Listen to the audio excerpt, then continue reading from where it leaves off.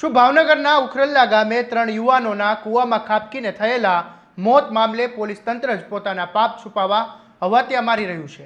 આવા સવાલો ભાવનગરમાં હાલ ચર્ચાઈ રહ્યા છે. ઉખરાલા ગામમાં કૂવાકાંડમાં હવે પોલીસની બેધારી નીતિ અને શંકાસ્પદ ભૂમિકાનો મોટો પર્દાફાશ થયો છે.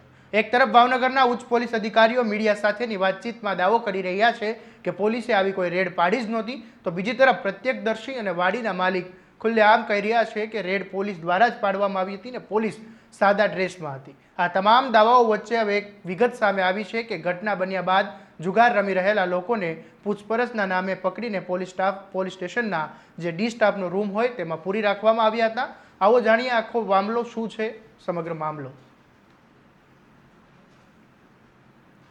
નમસ્કાર, હું છું આસિફ કાદરી અને સ્વમાન સાથે તમારું સ્વાગત છે. મહાવીરસિંહની વાડીમાં કેટલાક લોકો જુગાર રમી રહ્યા હતા ત્યારે અચાનક ધસી આવેલા શખ્સોએ પોલીસના નામે જોરજોરથી ધમકાવવાનું શરૂ કર્યું. પકડાઈ જવાના ડરે અને અંધાધૂન નાસભાગ મચી 4 યુવાનો ઊંડા કૂવામાં ખાબક્યા, જેમાં રાહુલ ચૌહાણ, નિલેશ ડાભી અને અજીતસિંહ નામના 3 યુવાનોના મોત થયા હતા.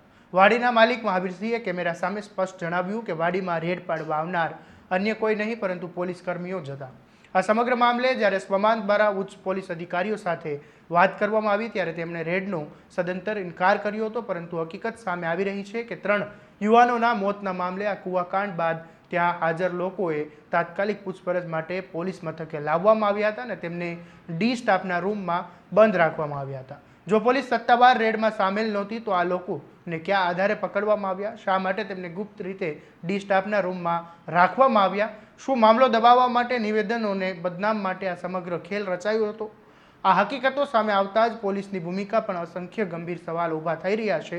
ત્યારે આ મામલે તમે પહેલાં એ મહાવીરસિંહ વાડીના માલિક છે અને પ્રત્યક્ષદર્શી છે, તેને સાંભળી લો.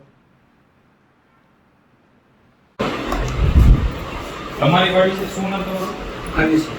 આવી તમારી વાડી છે? અમારી વાડી. પોલીસની રેડ હતી કે નહોતી? હતી. તો તમે ત્યારે ક્યાં હતા? અમે બેઠા હતા. પછી શું થયું? ત્યાં આવ્યા પોલીસ વાળા આવ્યા એટલે બોલતા આવ્યા ને બધા ભાગી ગયા. પોલીસ વાળા 2 જણ હતા. એટલે સાદા ડ્રેસમાં હતા કે પૂરા વર્તે પોલીસ હતા? ના આપણે ઓળખતા ને સાદા, આમ કપડા સાદા હતા. પછી આ લોકો કૂવામાં કેવી રીતના પડી ગયા? બેન દોડ્યા ને બધા આડા આવડા એટલે કૂવો પડી ગયા. આને બચાવવાનો પ્રયાસ ન કર્યો? બચાવવા માટે ન તમે ગયા? પછી તમને કોણે પકડ્યા? પોલીસે પકડ્યા કે હવે પકડ્યા નથી પોલીસ? અમે તો પછી પાછા આવ્યા, કલાક 1.5 કલાક થઈ ગઈ, કલાક 2 કલાક પછી પાછા આવ્યા તો ઝૂંપડા પર બધા એક આવતા ગયા. પછી આ ભાઈ હતા એ કીધું કે 2 જણ અંદર ગળી ગયા છે. પછી તમે લોકો અહીંયા વર્તેજ પોલીસ સ્ટેશનમાં કેવી રીતના આવ્યા? ભાડેથી ભાઈ સીધા તમે આવ્યા? પોલીસે પકડ્યા? અમને લાવ્યા નથી. એટલે અહીંયા જુગાર રમાડતા હતા કે રમી રહ્યા હતા? ત્યાં રમાડતા હતા? લાંબા સમયથી રમાડતા? ના સર, મંજૂરી વાળો છે? મંજૂરી વગરનો જુગાર? મંજૂરી વગરનો. મંજૂરી વગરનો. આ ભાવનગરના છે તમામ લોકો?